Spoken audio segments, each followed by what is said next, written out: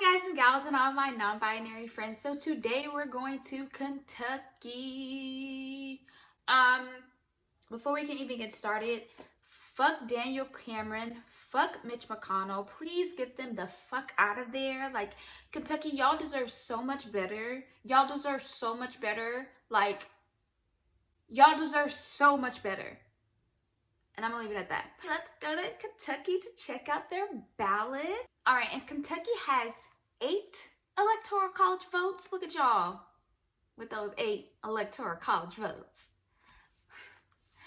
I don't know, man. I really hate the electoral college. Fuck the electoral college, man. Kentucky, I promise I don't have a problem with y'all. I just have a problem with some of the things that I'm talking about. That's all. Important dates to remember for Kentucky are going to be October 5th, which is the voter registration deadline, October 9th, which is the absentee ballot request deadline online, and then October 13th, which is when early voting starts. October 20th is going to be the recommended day for you to get your mail-in ballot back in. October 27th is going to be the absentee ballot request deadline, and then November 3rd, of course, is going to be the election. Hopefully the day Kentucky divorces Mitch McConnell. He does not care about y'all. He does not care about Kentucky. Mitch McConnell does not care about Kentucky. Get him out of here. Can I register the same day I want to vote? No. In Kentucky, you cannot. They do not have same day registration. What are the vote by mail requirements in my state? You can now request a vote by mail if you're concerned with contracting or spreading COVID-19, which big ups to Kentucky. Now, a lot of places are doing that. Texas is not doing that. I live there, so I can throw shots at them. Texas is not doing that.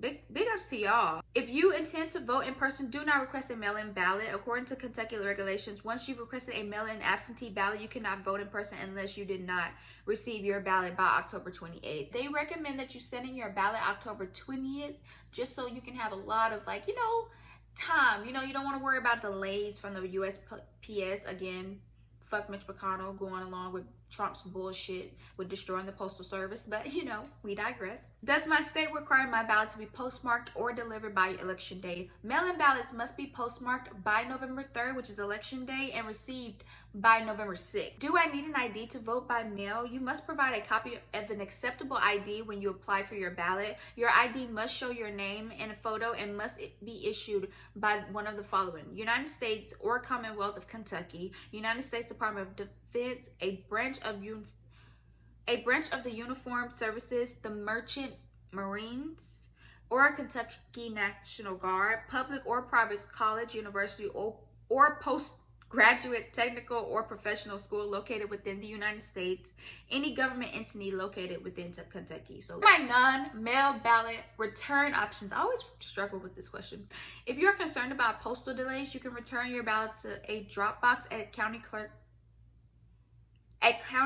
offices or other specified locations. Check out Vote Save America to contact your county clerk to figure out where you need to drop off your ballot. And if you need to, also you can track your ballot on Vote Save America as well. What if I request a vote by mail ballot, but I decide I want to vote in person? Important note: if you request and receive your mail-in ballot, you cannot vote in person, period. That's what they say, and Kentucky has shut that down.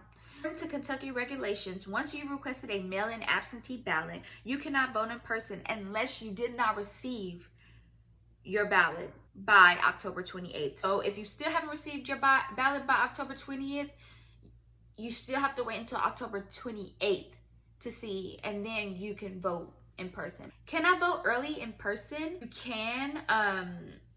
Early voting starts October 13th up until November 2nd, so all the way up until the day before the election. If you're going to early vote, please wear a mask, keep a safe social distance. And if you decide to vote on election day, again, wear a mask, keep a safe social distance. And if you see any people being sus and trying to stop people from doing what they got the God-given right to do, which is voting in this goddamn country, call 1-866-OUR-VOTE. Do I need an ID to vote in person? Registered voters in Kentucky must confirm their identity when they vote in person. There are several forms of identification you can use. Kentucky has 19 out of its 38 state Senate seats up for election this year. So please check out Ballotpedia on more information on whether or not people are running in your district and who are the people running in your district. We have one state Supreme Court seat up and one intermediate appeal court seat up. So again, check out Ballotpedia for more information on that. Kentucky also has 2 ballot measures up. Y'all know how that makes me feel happy, if you can tell. I have a confession to make. I'm a whore for ballots.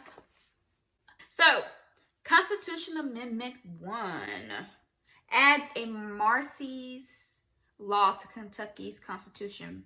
All right, a vote for this would be adding a Marsy's Law, which is the right to be treated with fairness and due consideration for the victim's safety, dignity, and privacy, to be notified about proceedings, to be heard at proceedings involved in release, plea, or sentencing of the accused, to proceedings free from unreasonable delays, to be present at trials, to consult with the state's attorney.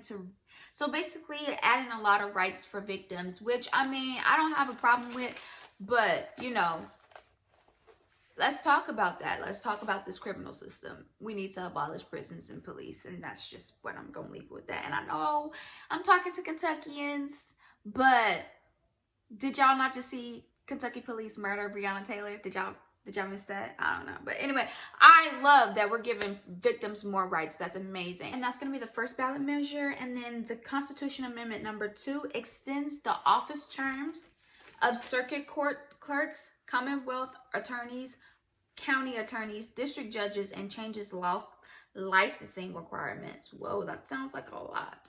Okay, increase the office terms of the Commonwealth attorneys from 6 years to 8 starting in 2030. Increase the office terms of district judges from 4 to 8 years starting in 2022.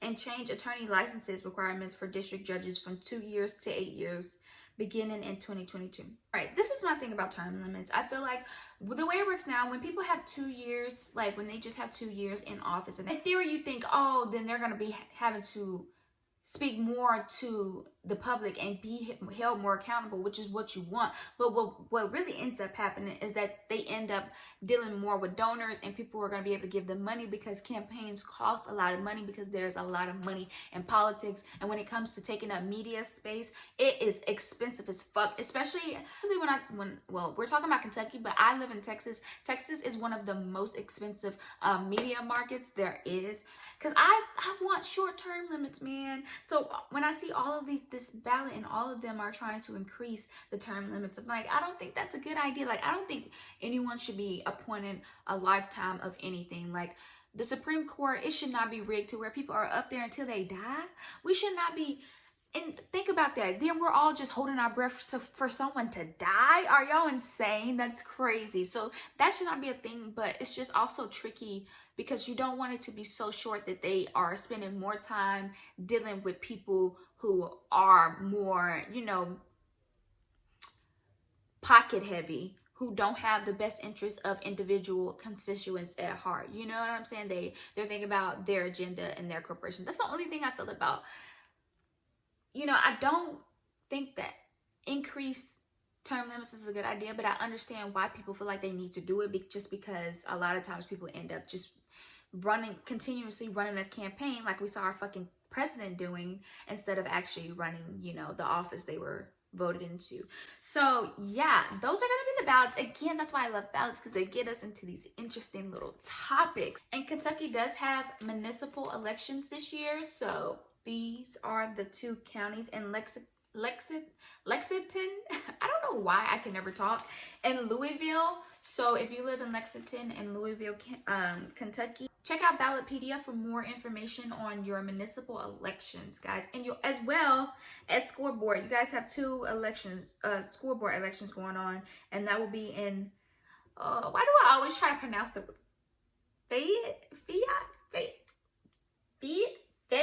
I don't know.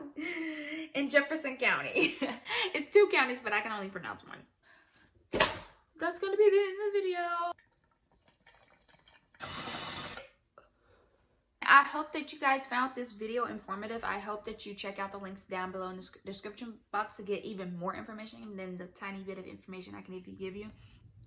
And I hope that you're making a plan to vote. I hope that you're thinking about running for office eventually, because that would be amazing. I think we need more voices in this, not less. And yeah, take care of yourselves, take care of each other, wash your hands, wash your face, wear a mask, wash your ass, and don't be an asshole. Bye.